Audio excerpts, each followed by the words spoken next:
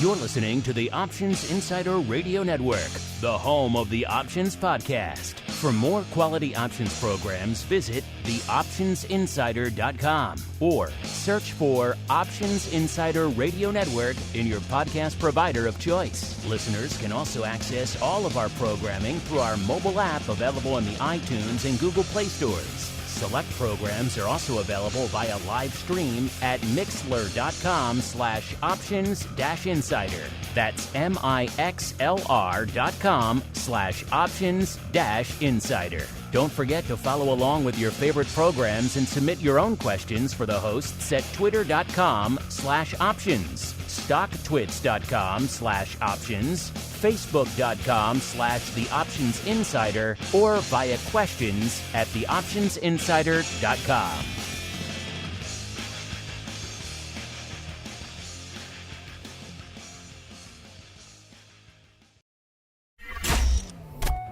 Bitcoin, Ether, Solana, Doge, and more. Cryptocurrencies and digital assets are taking the financial world by storm. This exploding market provides everything a savvy trader needs: volatility, volume, and liquidity, provided you know how to find it. That's where we come in.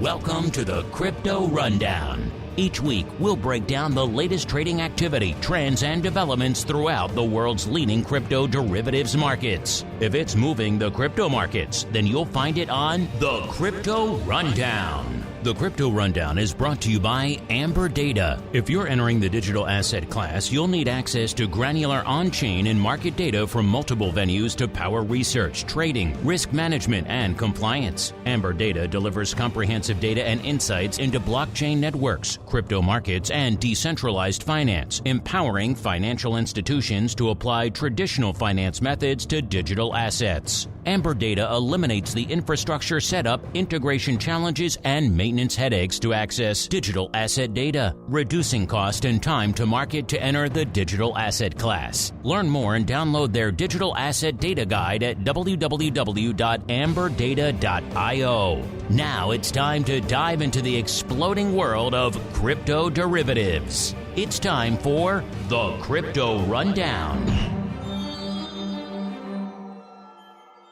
All right, everybody. That music means we are back once again on the network. Time for the old Crypto Rundown, the program here on the network, where we take a hiatus from our usual stomping grounds. Not going to talk about your VIX options or your Apples or your SPYs or your Teslas here on this show. Now going to go a little bit farther afield, explore what's cooking out there in them thar crypto waters. Maybe talk a little bit of Bitcoin, ETH, who knows what else. It's going to make it onto the show. Talk about the volume, the volatility, the skew, the unusual activity, all that fun stuff, and a whole bunch more. My name, of course, Mark Longo from the THE, optionsinsider.com, as well as from the network upon which so many of you are binging and mainlining these days. Hope you're having a good start to your trading week.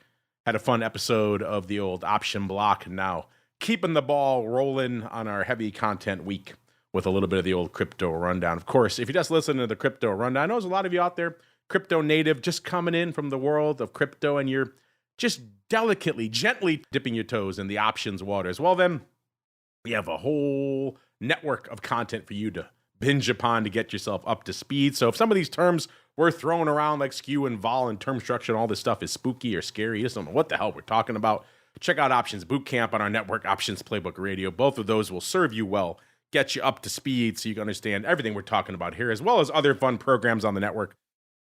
The option block for some what's trading out there, volatility views, breaking into the vol space, the advisor's option, this week in futures options, you name it, we have a show on the network geared around it in some capacity. And then, of course, if you want more content geared around you, including quite a few pro Q&As these days that have delved into the world of crypto derivatives, mostly driven by your questions, only one place to go, theoptionsinsider.com/pro.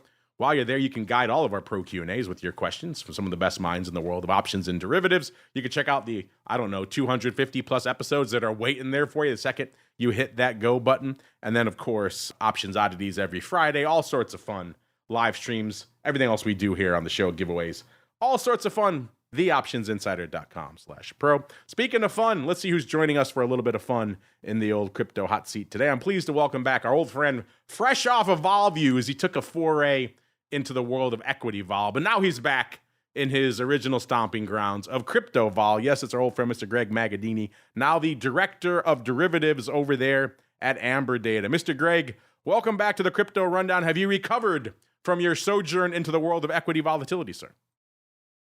Oh, yeah. What a fun time. Well, thank you for having me back on to the Crypto Rundown. I had a lot of fun last week on volatility views. I'm excited to dig into some activity going on in crypto vol now. All right, then let's do it. It is time for the Bitcoin Breakdown. It's time to explore the latest trending activity, trends, and developments across the world's leading crypto market. It's time for the Bitcoin Breakdown. All right, everybody, welcome to the Bitcoin Breakdown, the portion of the show where we do just that. We break down all the action in the world's leading digital asset. We're talking about the big dog, which is Bitcoin, a little bit smaller than it was this time last week. You know, listeners, we had quite the rampage over the past month, all these rumors about ETF approvals and everything else, really just lighting a fire under all of the crypto markets. Over the past week, we've seen another rally, then over the weekend, some news, maybe SEC punting a little bit on the ETH, ETF, and everything else. Maybe some of that. Just also, we've had just a tremendous runoff. Could be some profit taking as well. All of that combining for a little bit of a downturn here coming into the start of the week. Bitcoin, when we kicked off the show, a little bit north of 4,500. So still north of the 40K level for all of those of you out there who are worried about that, but also retreating pretty far from the level we were at this time last week, which was nearly 42,000. We were 41,906 on the show last week. It puts us down about 1,325 handles from where we were this time last week. The high came earlier on the weekend, actually. So we did continue the rally through the end of the week into the weekend. We got up to about 43,628 or so. And the low came right, looks like that was right before our show, I believe. A little bit shy of 40K, 39,979. That was on Monday in the early morning hours there. So we did dip below 40K, obviously, to start the week. Then we pretty much rallied throughout the week until coming back now, starting to come back down the other side of it. So a lot to unpack. Before I start breaking down all the vol and all that other cool stuff, Mr. Greg, what's been catching your eye out there in yet another wild and woolly week on the crypto front?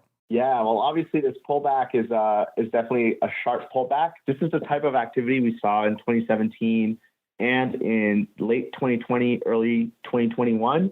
These types of kind of nasty pullbacks are just typical of a bull market. I wouldn't read into this in the sense that, you know, this is over. I think the trend is actually still intact. We got a little ahead of ourselves, but, you know, this is kind of normal activity. This is a nice place for people to want to start to get in.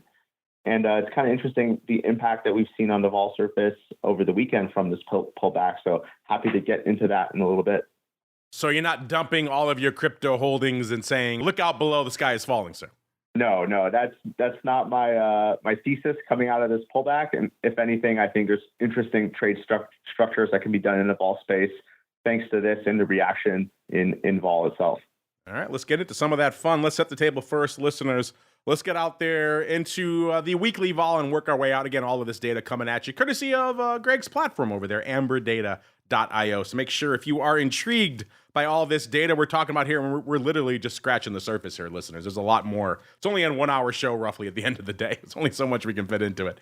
If you want to kick the tires for yourselves, Amberdata.io, the place to go to kick the tires and light the fires. If you did that, listeners, you would see that the weekly vol, the 7-day vol out there, still managing in Bitcoin, still managing to keep its head above water, above a 50 handle, actually. We're at about a 49.75 on the show. Last week coming into the start of the show. This week, we're at about 52.5. So managing to tick up, which is interesting because usually out there in crypto vol, Bitcoin in particular, especially when we've had these dramatic runs, we see it performing almost the opposite of what you see in the traditional equity, which is when you rally, we see equity vol come in, and when it drops, equity vol rallies. Everyone who's watched VIX is familiar with that.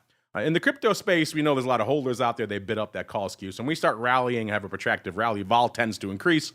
And when we come back down, we actually usually see vol come in a little bit, but that's not the case right now.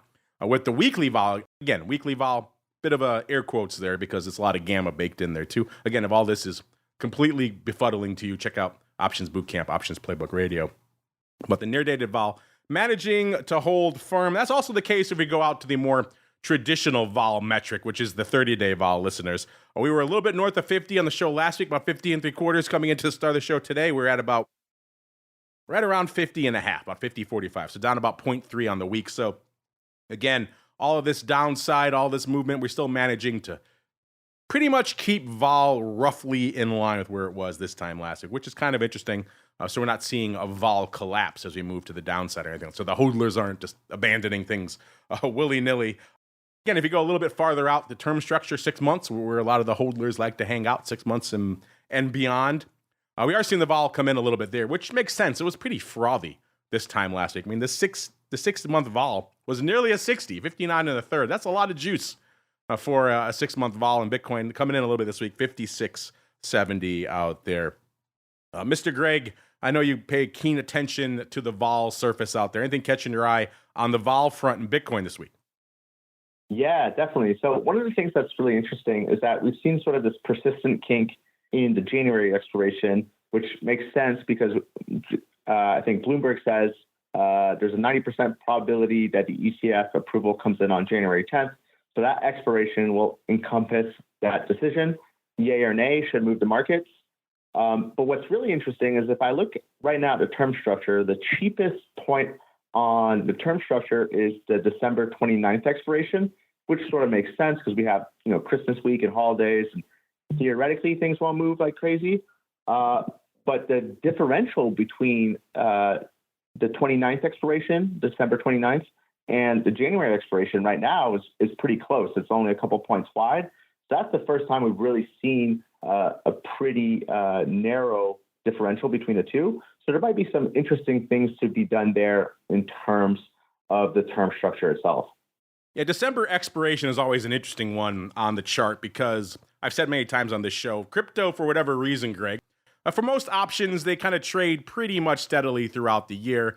Crypto options, in particular, you have ETH and some others, they really tend to aggregate a lot of OI around the quarterlies. That's just the way they like to trade. So when the quarterlies roll off the board, they take a huge chunk of the OI with it.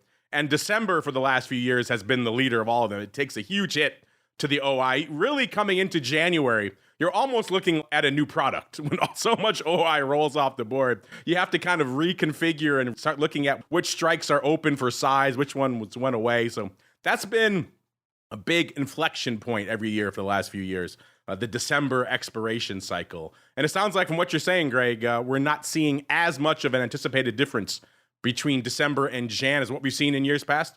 Yeah, exactly. So I think that's pretty interesting, especially to your point, like everyone's coalescing in the quarterlies typically. So in a lot of ways, these quarterly expirations are efficiently priced because there's good flow both ways. But if I look at the realized vol, the seasonality of realized vol for Bitcoin over the past, call it 10 years, actually December and November are typically big moving months. And January is also a big moving month. And then the biggest month is February. So summer months are kind of dead in crypto, historically speaking, on a realized basis. But January, February, November, and December are sort of the biggest moving months. So on a realized basis, January and December historically have the same realized vol. And so it's kind of interesting that now we have that January catalyst. There should be a reason for a differential in the fact that it's almost trading parity, a couple points wide, basically just a rounding error. That's pretty interesting to me. And obviously, if we look at the term structure as a whole, right now, this pullback has flattened up the term structure a lot. So we currently reside in the top, call it 80% that we've seen year to date in terms of term structure shape. And so this is a very rich time for the front end. So there's definitely some stuff that's able to be done there as well. So if you want to get long that January contract and assume that the implied vol will remain firm going into decision day, and then kind of finance it with some shorter end stuff, that seems interesting as well. I'm curious, you've been hanging out in the crypto derivative space for some time. What is your hypothesis? Why do you think so much of the flow tends to go up in and around the quarterlies? Yeah, so typically when Deribit first started listing options, well, first they started with just futures. And so those were the typical cycles, and quarterly was kind of where a lot of the futures volume and open interest coalesced. They later added perpetuals, which became the dominant Delta One instrument. But you kind of see the same type of thing in the option. So when quarterly futures were the most popular instrument, obviously the quarterly option that aligns with that future makes a lot of sense. It's also an easier instrument to hedge because there's a direct trading vehicle. It's always kind of tough to trade like a off-cycle option to the futures expiration. There's always a little something there to be done. So I think that's really kind of the thinking behind it. That's why a lot of the open interest and OI started in those quarterlies. And then the last caveat is that the longest dated expirations will be quarterly. So Deribit launches about a 1-year contract that's going to come in the form of a quarterly. So it has time to amass open interest and volume. Well said, sir. That is usually the cycle we see with the futures options markets. They start with the future, and they tend to expire on a quarterly cycle, listeners. So the options tend to spring up around there. And usually we see evolution beyond that, but in the crypto space, they love it. They love themselves a quarterly. That's what they want to trade. So who are we to judge here as we keep on rolling out there into the realm of the skew? A big swing in the skew, as you might imagine out there, listeners. Again, the skew showing which way the options are biased right now, at least from an overall implied vol perspective. Let's start in the weekly skew, which again, so much goes up in the near-dated stuff these days. If you're not talking weeklies, you're kind of missing a lot of the game. For better part of the last month and a half, we've been dramatically biased to the upside in that weekly skew, 4, 5, 6 points or more to the upside sometimes. Last week on the show, it was nearly 4 points biased to the upside. Coming into the show this week, it has swung dramatically in the other direction. We have gone from about a positive 4 to now a negative 3, so that's nearly a full 7-point swing in the weekly skew. And again, it makes sense. We saw most crypto assets fall out of bed 10% sometimes in the last 24 hours or so, just off all this news we've seen over the end of the weekend coming into today. So makes sense. A lot of this skew would swing towards the negative side. We saw that in the monthly skew as well. We were biased a little bit north of 4 points this time last week, about 4 1/3.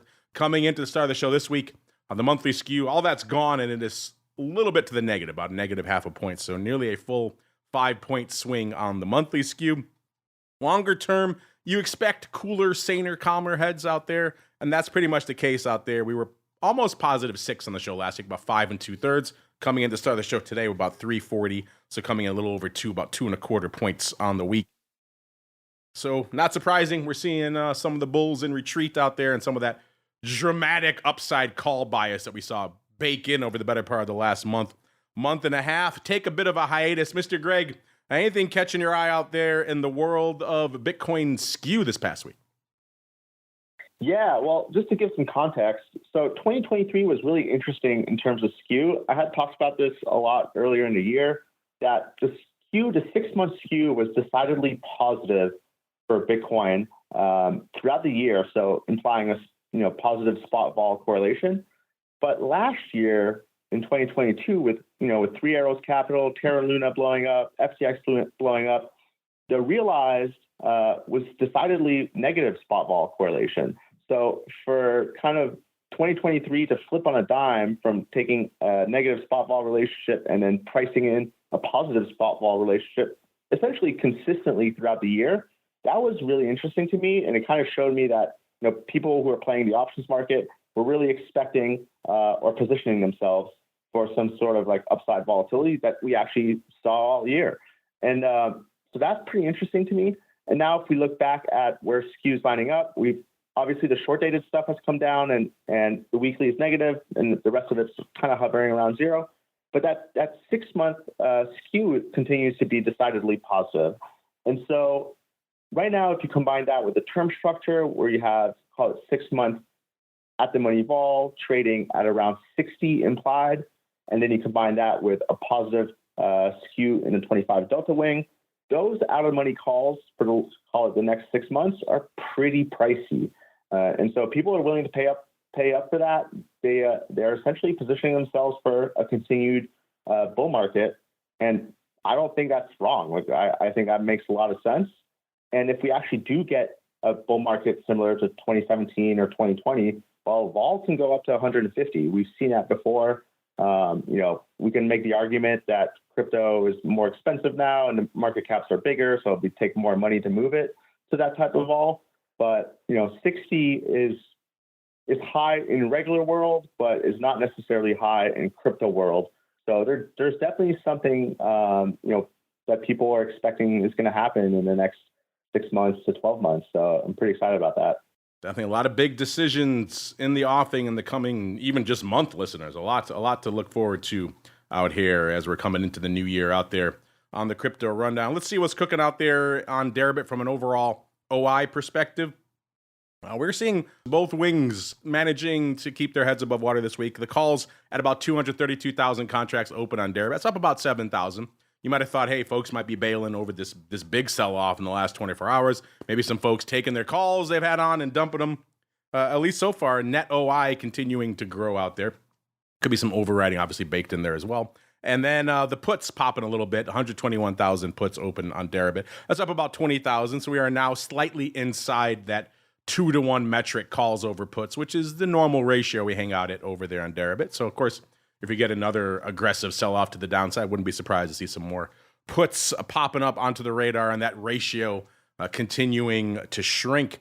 Speaking of shrinking, let's get out to some of the products out there that I know a lot of you like to trade Bitcoin through in your securities accounts. Let's go out to Bitto. It was at about a 20 when we kicked off the show, a 20 even. That puts it down about 3/4 of a point from where it was this time last week. Of course, over the interim since our last show, we saw Bitto get up to a little bit over 22, about 22.13 or so out there. So it had a nice run, gave up all of that over the past week, a lot of that in the past 24 hours out there, net down about 3/4 of a point on the week. The ADV remaining strong at about 50K. It's back up about 2,000 from where it was this time last week. Still a ways to go to get back to that almost 100K it was at right after it launched, but we'll see if all this volatility keeps up out there. Then going to see Bitto ADV remaining firm for a while. In fact, look at today, already nearly 70,000 contracts on the tape out there today in Bitto land. So it looks like another rock'em sock'em day out there. And the vol kind of following suit out there, actually coming in a little bit, down about 4 points. We see Bitto vol tends to be a little bit wilder sometimes than what we're seeing out there on the straight up Deribit options out there. In terms of size positions, it's kind of the same deal we've seen for a while. All longer term Jan upside, longer term as in Jan of 2025. The only Jan of 2024 position are 83,000 of the Jan 65s, which is, again, an interesting strike choice. Everything else, we have the 20s, the 25s, the 35s, and the 30s all open for size, with the largest position in Bitto options right now, 96,000 of the Jan 2025 30 calls. I've waited on those in the past. Not my favorite way to go with a product that is so dividend heavy, but it does seem to be the way a lot of the OI is lining up out there. Speaking of what's lining up, a very heavy day. Let's see what's lighting it up out there today. Then I want to get Greg's thoughts on his favorite product, which is Bitto. About 10,000 of the D's 22s leading the dance out there in Bitto out there today, which again is the kind of paper we kind of expect. Looks like paper maybe closing those and opening about 6,000 of the D's 20 puts. So that makes a heck of a lot more sense, listeners. D's 20 puts going up for prices around 50 cents, it seems like today. So you like those, listeners? At the money put in December, expiring this week for around 50 cents. I mean, we all know Bitcoin can move that much in a couple of minutes. So it could be underpriced, could be crazy expensive. I'm curious, Greg, what are your thoughts on your favorite Bitcoin vector for securities accounts, which is Bitto, sir?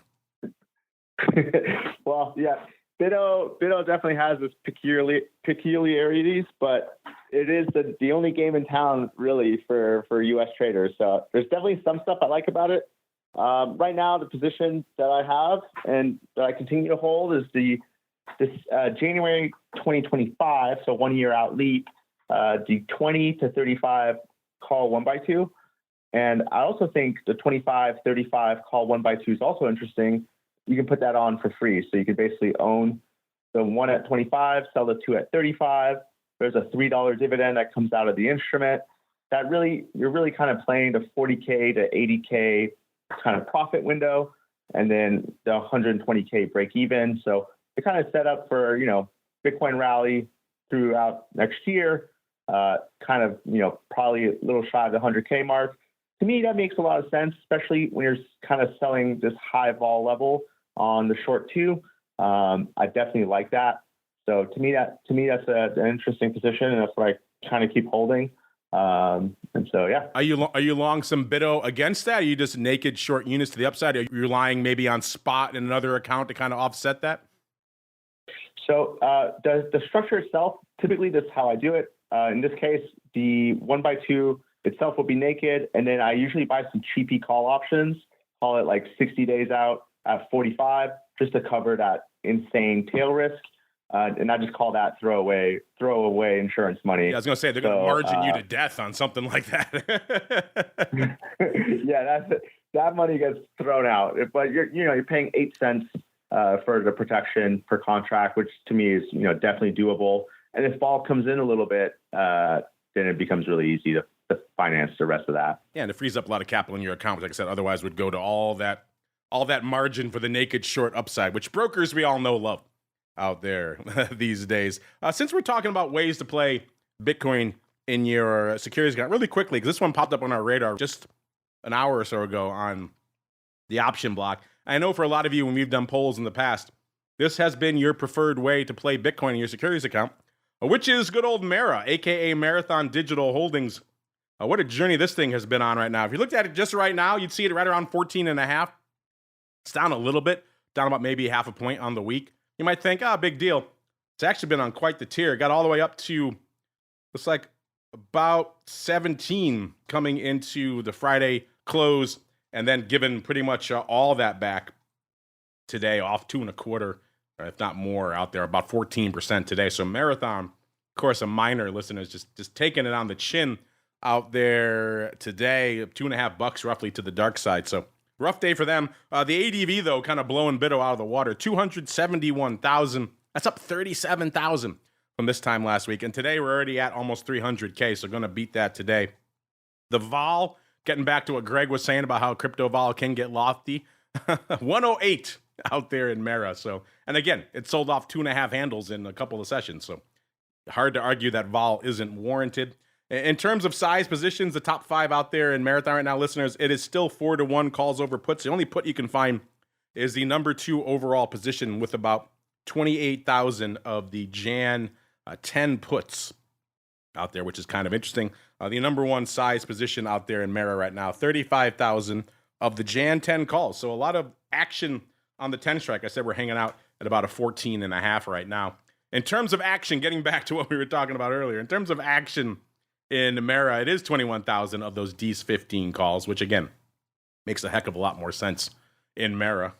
Those are about 50 cent out of the money calls, and those are going up for prices, listeners, around 45 to 60 cents. So again, they're not giving them away, and if this sell-off continues, those are going to be worthless. But intriguing, a 1 week, not even, swing at the upside bat for around 50 cents. Interesting out there in Mara. Again, you're talking triple-digit vol, so things are not going to be cheap, but that's what we've got going on out there. Greg, I know you and I have talked about BITO before, but a lot of people like to play Mara out there. Have you dipped your toes in the miners at all, and what are your thoughts on Mara and these names? I actually haven't dipped my toes in Mara or any of the miners. It's not something that I follow very closely. I do think in the crypto equity vol space, I think Coinbase is super interesting. Not only has Coinbase sort of been on a tear in spot returns, but to play the January spot ETF vol kink, January expiration for Coinbase stock isn't trading at much of a premium compared to December, and they are going to be like a direct beneficiary of an approved spot Bitcoin ETF. So if I look at the applications, something like 90% of them are going to use Coinbase as the custodian. So that's the source of revenue for Coinbase. And if I look at the market cap of Coinbase, they're around 33 billion, whereas Bitcoin is about 850 billion. So obviously, it doesn't take us much money to move Coinbase, but in terms of market cap to sort of business revenue, essentially, of having the spot Bitcoin ETF, I actually think that would be a good reason for Coinbase to move. So to me, that seems kind of interesting. I think that's a nice direct play on spot Bitcoin ETF approval or not.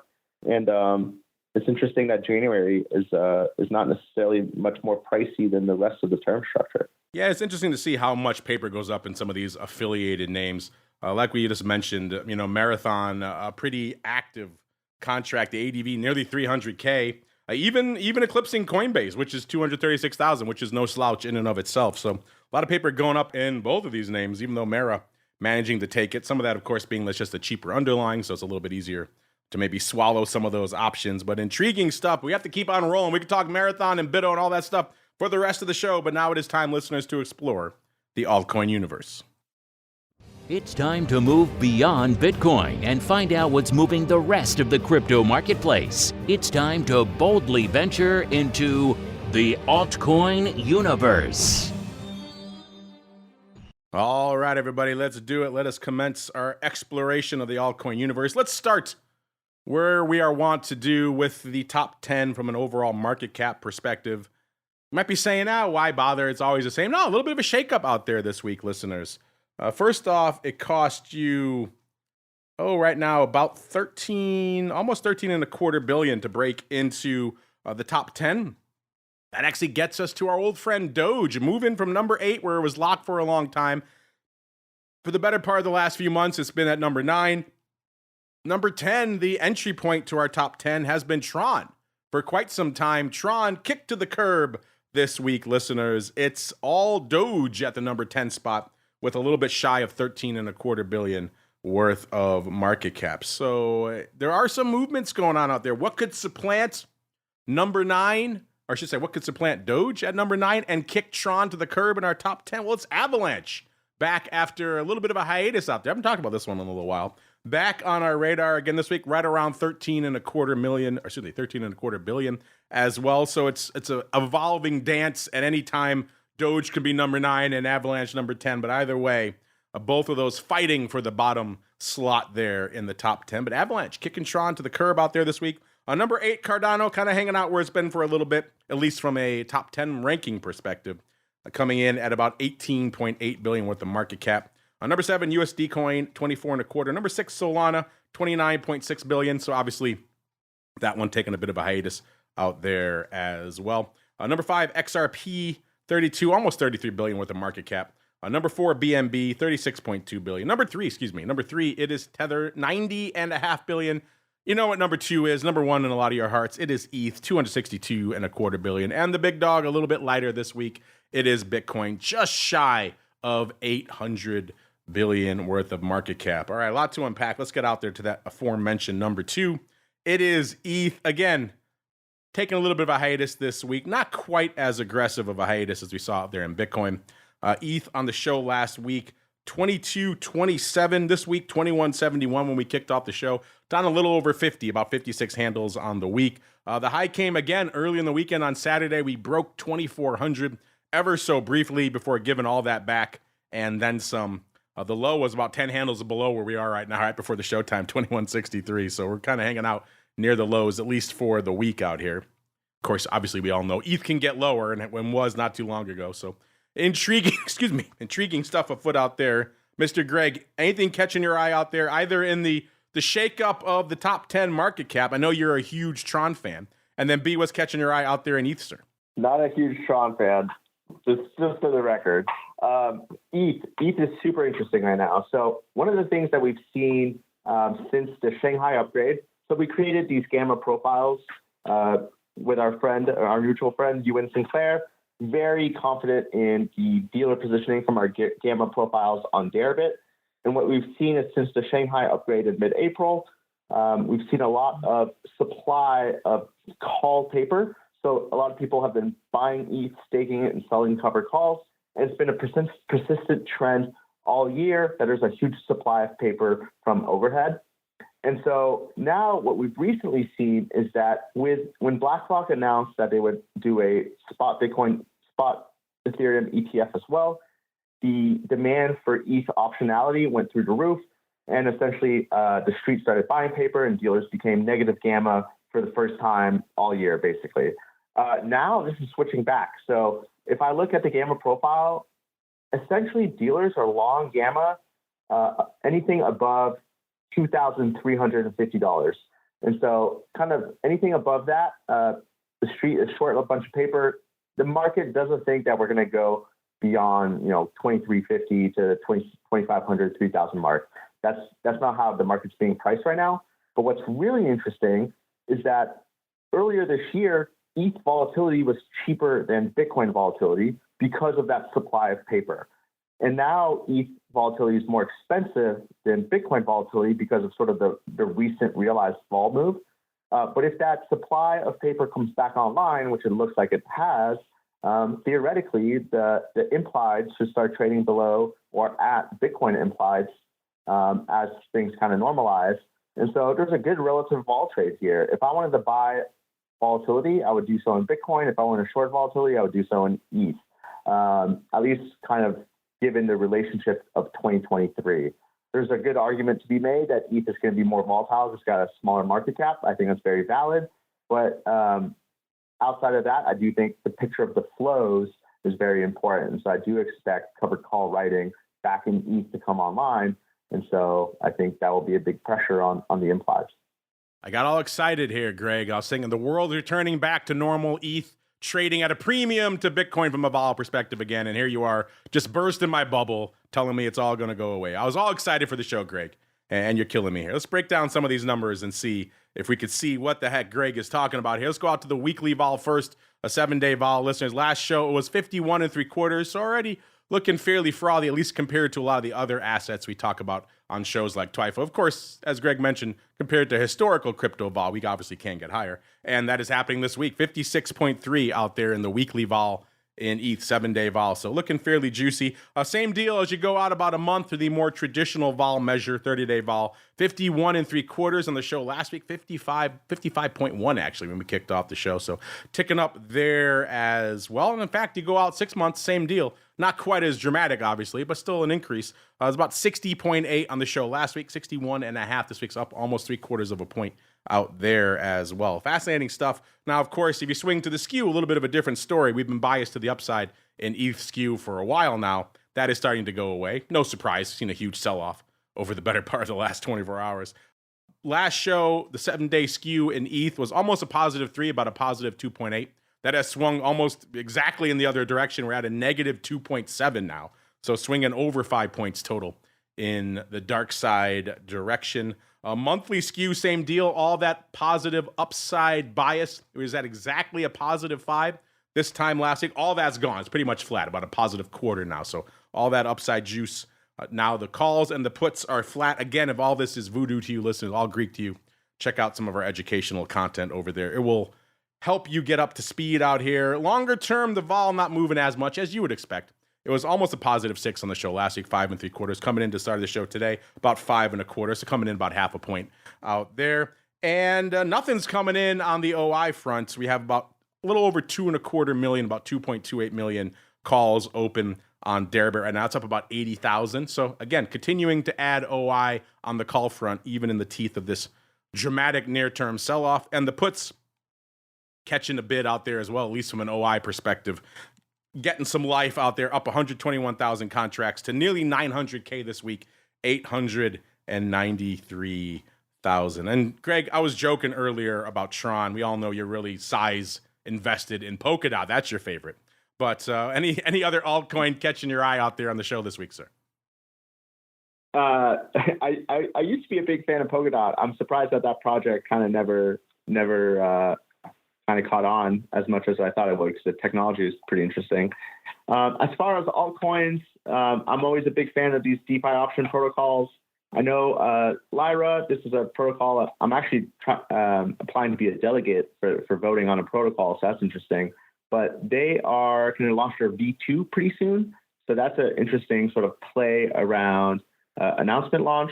And then for other platforms that don't have a token but are worth checking out, Synquote and Ribbon Finance's Avo, those are pretty interesting DeFi experiences. And I don't know if there will be an airdrop for those platforms, but I don't know that there wouldn't be an airdrop either. So for anyone who doesn't know what airdrop is typically how protocols distribute a token when they launch one is that they distribute it directly to their users. And so if anyone has used those platforms, typically their wallet will be part of the airdrop. So that's something that's interesting. And then outside of that, I still like that Elon Musk Dogecoin play. I don't know what trick he has up his sleeve for Dogecoin, but I wouldn't be surprised if he says something and that thing just 3x's in 24 hours type of deal. But, who knows? That's pretty speculative. Yes, the definition of speculative out there, listeners. We are kind of coming up against it. So we do have a fun question here. It looks like it's right up your alley, Mr. Greg. So I think we'll get to that now. A little bit of the old crypto questions. You've got questions about crypto. Who doesn't? It's time to find out the answers to your crypto questions. All right, everybody, welcome to the Crypto Questions. You folks know where to get at us at Options on most of the major social media platforms. Questions at theoptionsinsider.com also works. If you're part of the live and part of the pro, you can always use the members hotline or indeed just use the live chat. That always gets bumped up to the top of the list out there as well. And this one came in, Greg. I'm not sure where this came in from. I'll have to check and see. But it came in from MZEK. They had a question that seemed like it's right along the lines of what you've been tweeting about lately. And they just said, WTF, WTF are app chains, and can I trade them? Thanks. And I happen to see, Greg, you've been tweeting a lot about all things app chains. So as the hot new trend out there in crypto. So for MZEK and maybe a lot of our other listeners who are asking the same question, WTF are app chains, Greg? Cool. I love this question. So it's kind of the natural scaling evolution of Ethereum and the Ethereum landscape. So just to briefly speak about, so Ethereum, one of the big problems is that everything has to be, all the transactions are processed sequentially. So it creates a lot of congestion on the platform when there's a lot of transactions. It takes a while to get yours confirmed. So people invented L2s, which are essentially rollups, which essentially mean that it's like a new blockchain that has its own sort of transactions and activity on it.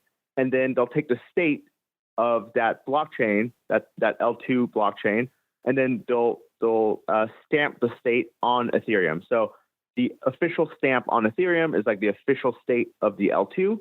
And now you can start processing transactions off of Ethereum, but sort of digest the output back onto Ethereum to have sort of a secure network off chain or on a side chain or level 2 chain, essentially.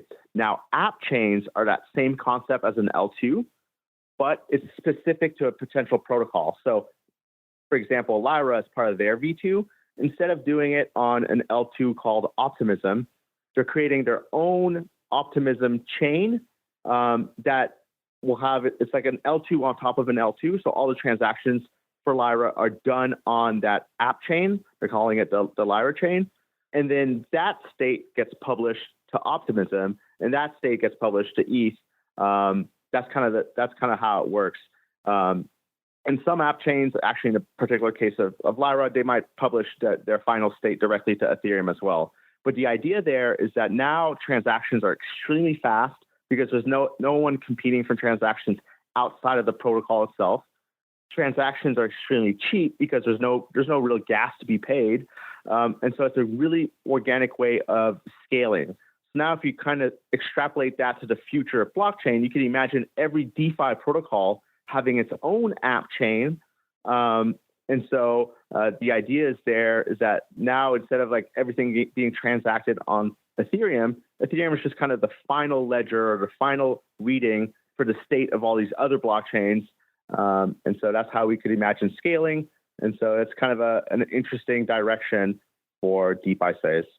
All right, Mr. Greg, that music means we've come to the end of another epic sojourn through the world of crypto. Man, we touched on a lot of stuff out there. Started off, of course, in Bitcoin, the vol, the skew, all that fun. Got into some of the other products you folks like to sling, like, of course, your Bitos, even a little bit of Mara. Got into ETH and some of the altcoin, all the fun, and got out of here on app chains. Man, it's been quite the journey here on the show, Mr. Greg.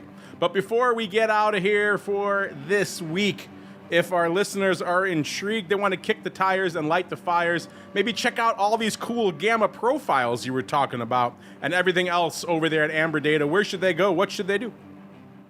Yeah, absolutely. So to check out the application, just go to pro.amberdata.com. And then for our weekly newsletter, you can go to amberdataderivatives.substack.com. And then lastly, if you want to check us out on Twitter, it's @GenesisVol. And then we also have a podcast and a YouTube channel. You can just find that by typing in Amberdata Derivatives in your YouTube search bar. There you go. No shortage of ways to get at them. Give them a follow on Twitter if you want all sorts of interesting updates about things like app chains and everything else that we don't have time to get to here, usually on the show or in between his appearances here on the old program. That is going to do it for us on the network today. We got a busy week in store for us. Back again tomorrow. All you pro folks are in for a treat. Got a double dose of pro Q&As coming at you tomorrow. So if you're not in the pro yet, what are you waiting for? You're going to have double the opportunity to ask questions about whatever your heart desires in the world of options and derivatives of volatility, including quite a few times we get lured into the dark side of crypto vol with a lot of our guests. So if you have questions along those lines, theoptionsinsider.com/pro, the place to go where we will all tackle them together. And then, of course, back again on Wednesday for some great options bootcamp educational content. Another double header coming there. So, man, it's just an embarrassment of riches. Our pro folks will get access to both of those episodes immediately as well. The on-demand folks obviously will get them in the coming weeks.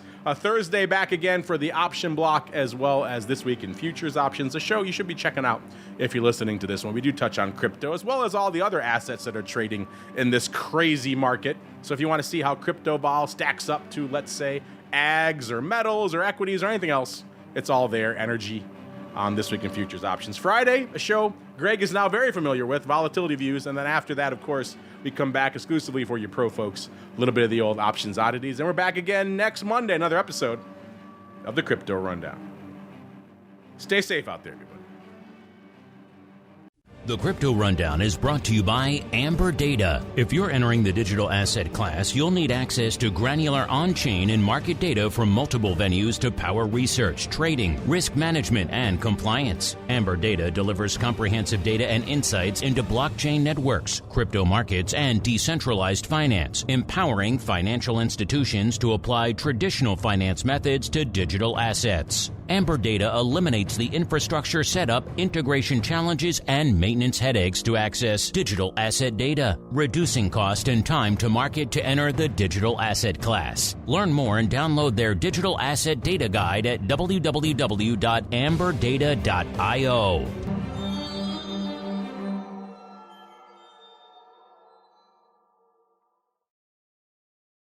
You're listening to the Options Insider Radio Network, the home of the Options Podcast. For more quality options programs, visit theoptionsinsider.com or search for Options Insider Radio Network in your podcast provider of choice. Listeners can also access all of our programming through our mobile app available in the iTunes and Google Play stores. Select programs are also available via live stream at mixlr.com/options-insider.